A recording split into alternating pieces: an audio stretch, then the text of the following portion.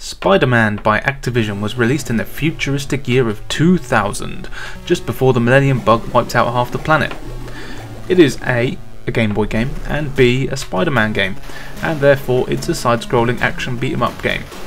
You play, shockingly, as the webhead himself, Spider-Man, on your mission to stop various evil bastards from being evil, so everyday Spider-Man stuff basically. The first thing you notice with this game is the quality of the intro. It's very well written and the artwork for it is brilliant. It has the same style as the 90s comics and the amazing TV series that was out around that time as well. The cutscenes throughout the game, of which there are quite a few, also share this quality, and it really helps the game pad out its story, which, impressively, is actually quite an interesting one. Usually with these sorts of games, the story is a very bog standard rescue the girl or defuse the bomb fare, but the story here mixes up the formula and has a few twists and turns of its own. But that's all very well for the bits that you watch. What about the bits that you play? Well, shockingly, it's actually quite good. As soon as you start the game, you'll see that the quality of the graphics is also very high, and the animation of all the characters is very good, with plenty of smooth frames all around the game. There is never any slowdown, even with multiple enemies on the screen, which is very impressive for games like this. The use of the GameBoy Colour's colour is very good. It looks very bright, and you don't have any issues with things like enemies blending into the background, like some of these games can do. The levels as well all have a nice variety, and surprisingly they're all interconnected as one big open world for you to explore and to find all of the bosses.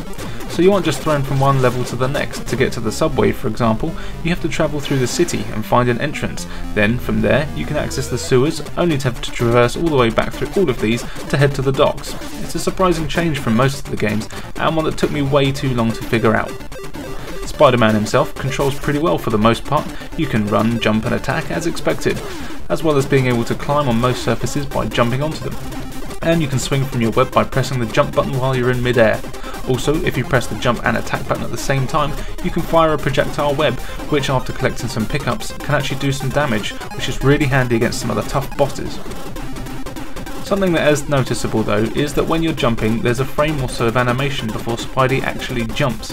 However, he will continue to move in the direction that you're running while this is happening, meaning it can be hard to make precision jumps, which did lead to some deaths which were really not my fault.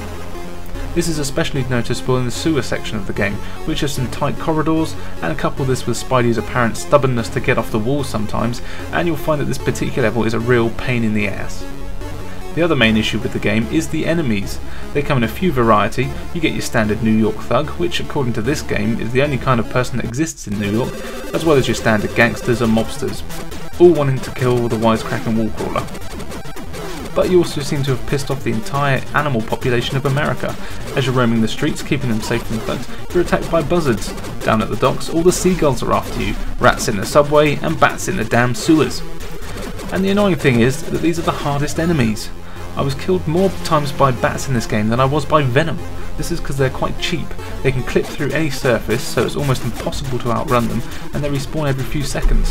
And the hit detection in this game, while okay, isn't really all that good. It's one of those bugbears of mine. A bat isn't going to kill a regular person, let alone a superpowered spider freak. Surely the developers could think of something better. Bosses in the game showcase some of Spidey's best villains, with the Lizard, Venom, Hobgoblin and Dr. Octopus all making appearances among some others. And they each have their own tactics to take them down. They can take some time to learn their pattern and weaknesses, but once you do, you'll feel like a proper superhero, even if that damn hit detection does its best not to. Overall, considering the lack of quality of most Spider-Man games around this time, this is a welcome change, and actually worth adding to your collection.